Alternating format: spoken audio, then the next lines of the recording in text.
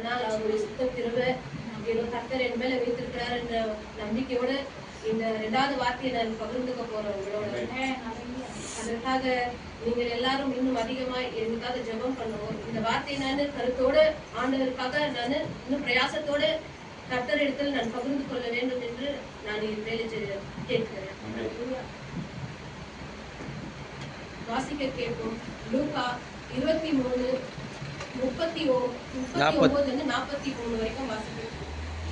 அன்றியும் சிலுவையில் அறையப்பட்டிருந்த குற்றவாளிகள் ஒருவன், கிறிஸ்துவானால் உன்னையும் எங்களையும் ரட்சித்துக்கொள் என்று அவரை இகழ்ந்தார்கள். மற்றவன் அவனை நோக்கி, நீ இந்த ஆக்னிக்குள் தீர்க்காதவனும் தேவனை பயப்படாது இருக்கவில்லையா? நானோ நியாயத்தின்படி கண்டிக்கும்படிக்கிறேன், நடித்திருக்கிறேன். பலன் அடைந்திருக்கும் இவரே தாகத்துக்கும் நடிப்பிக்கவில்லையா என்று கடிந்து கொண்டு இயேசு அவனை நோக்கி, ஆண்டவரே, நீர் உம்முடைய ராஜ்யத்தில் வரும்போது அடியனை நினைத்து கொள்ளும் என்றான். இயேசு அவனை நோக்கி, இன்றைக்கே என்னோடு கூட பரதேசில் இருப்பாய் என்று மெய்யாகவே உனக்கு நான் சொல்லுகிறேன் என்றேன். இந்த வசனத்துல பார்க்க போனா நம்ம ராஜாக்கள் வந்துட்டு ஜனங்களும் ராஜாக்களும் சேர்ந்து கர்த்தரை பரிகாசம் பண்ணுவாங்க. அந்த இடத்துல அவரு போயிட்டு சிலுவை தூக்கின நம்மளுக்காக சுமந்து போகிறப்போ அவரை பார்த்து ராஜாக்கள் என்னான்றாங்க, கிறிஸ்துவே தன்னைத்தானே ரட்சிப்புக்குள்ள கொண்டு வர முடியும் என்று சொன்னான் அல்லவா, இன்னே நீ ரட்சிப்புக்குள்ளே கொண்டு வா என்று பரிகாசம் பண்ணி கேலி செய்து சிரித்தார்கள். ஆனால் அங்க 2 கல்லறை இருக்கும் பொழுது அந்த ஒரு கல்லறை என்ன பண்றா, கர்த்தருக்கு பார்த்து கேலி பரிகாசம் பண்ணுகிறான். கேலி பரிகாசம் பண்ணும் பொழுது அவன் என்னன்றான், 39ஆம் வசனத்தை படிங்க. அன்றியும் சிலுவையில் அறையப்பட்டிருந்த குற்றவாளிகளில் ஒருவர், நீ கிறிஸ்துவானால் உன்னையும் எங்களையும் ரட்சித்துக்கொள் என்று அவரை இகழ்ந்தார். அவர் எவ்வளவு ஒரு வழியோடு இருக்கிறாரு. ஆனா அவரை போயிட்டு இவன் என்ன பண்றா, இகழ்ந்து சிரிக்கிறா. அந்த இடத்துல உன்னால முடியுமானா என்னையும் உன்னையும் ரட்சித்துக் கொள்ளு என்று அவன் அவிசுவாசத்துல அவன் நுழைந்து அவனை கர்த்தரை வந்து இகழ்ந்து பேசுகிறார். ஆனால் மறு ஒரு கல்லன் என்ன சொல்லுகிறான் பாக்குவோம். 40வது வசனம். மற்றவன் அவனை நோக்கி, நீ இந்த ஆக்கினைக்குட்பட்டவன் ஆயிருந்தும் தேவனுக்கு பயப்படுகிறதில்லையா? பாருங்க, அவர் எவ்வளவு ஒரு மன திரும்பிட இருந்தா அவரு எவ்வளவு ஒரு ஆர்வத்தோடு அவர் அந்த வார்த்தையை சொல்வார் பாருங்க. தேவன் அந்த இடத்துல அவர் மன திரும்பி ஏற்றுக்கொண்டு தேவன் அறிந்து கொண்டார். அதனால வந்து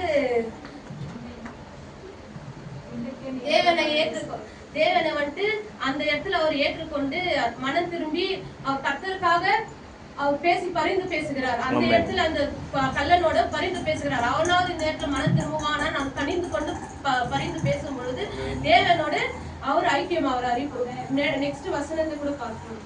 நாமோ நியாயத்தின்படி தண்டிக்கப்படுகிறோம், நாம் நடப்பித்தவைகளுக்கு தக்க பலனை அடைகிறோம், இவரோ தகாததொன்றையும் நடப்பிக்கவில்லை என்று அவனை கடிந்து கொண்டு பாத்தீங்கன்னா இப்போ அவங்க செய்த தப்புக்கு வந்துட்டு அவங்க தண்டனை அனுபவிக்கிறாங்க. ஆனா கர்த்தர் ஏதாவது தப்பு செய்தாங்களா அந்த இடத்துல? இல்லவே இல்ல. ஆனா ஆண்டவரை வந்துட்டு அந்த இடத்துல ஒரு குற்றவாளியா நிக்கி வைத்து இருந்தாங்க. மனுஷர் எல்லாம் அவரை பார்த்து இகழ்ந்து அப்படியே ஒரு மாதிரி கேவலமா பேசி நகைத்து சிரித்து கொண்டு பேசி கொண்டிருக்கிறாங்க. ஆனாலும் அவர் அதை பொருட்டா என்னல நம்மளுக்காக அவர் தன் காயங்கள் எல்லாம் ஏற்றுக்கொண்டு சிலுவையில ரத்தம் சிந்தி நம்மளுக்காக நம்ம மன திரும்புதல் வேணும், நம்ம ரட்சிக்கப்பட வேண்டும் என்று அவர் நமக்காக ரொம்ப பொறுமையோட தாழ்மையோட அந்த சிலுவையில தொங்கி காத்து கொண்டிருக்கிறார். ஆமென். எஸ். அதே 42ஆம் வசனத்தை இயேசுவை நோக்கி, ஆண்டவரே, நீர் உம்முடைய ராஜ்யத்தில் வரும்போது அடியானை நினைத்தருளும் என்றார். அதே பாருங்க, அவங்க மனம் திரும்பி டக்குன்னு ஆண்டவரை நோக்கி பேசுறாங்க. இந்த நேரத்துல வந்து, ஆண்டவரே, நீர் என்னை நினைத்தருளும் ஆண்டவரே, உம்முடைய ராஜ்யத்தில் வரும் பொழுது அடியனை நினைத்தருளும் ஆண்டவரே என்று சொல்லி அந்த இடத்துல வந்து அவர் எவ்வளவு மனமாறுதல் அவருக்குள்ள ஏற்பட்டிருந்தார். அந்த இடத்துல ஆண்டவரை உணர்ந்து ஆண்டவரை தெரிந்து கொண்டு அந்த இடத்துல அவர் அவ்வளவு ஒரு தைரியத்தோடு ஆண்டவருக்காக அவர் நின்றார் அந்த இடத்துல. ஆமென். இயேசு அவரை நோக்கி சொல்றாரு பாருங்க. நெக்ஸ்ட் வசனம்.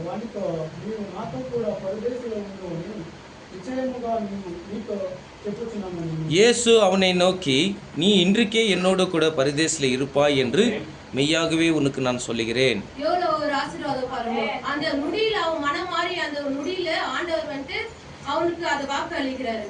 அந்த கல்லன் ஒருத்தர் 2 பேர் இருந்தாரு. அந்த ஒரு கல்லனை வந்துட்டு அவரு வந்துட்டு தூஷித்தான். வந்துட்டு அவரை மனம் திரும்பி ஏற்றுக்கொண்டார்.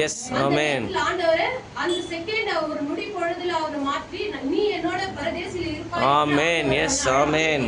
ஆமென். எஸ் ஆமென்.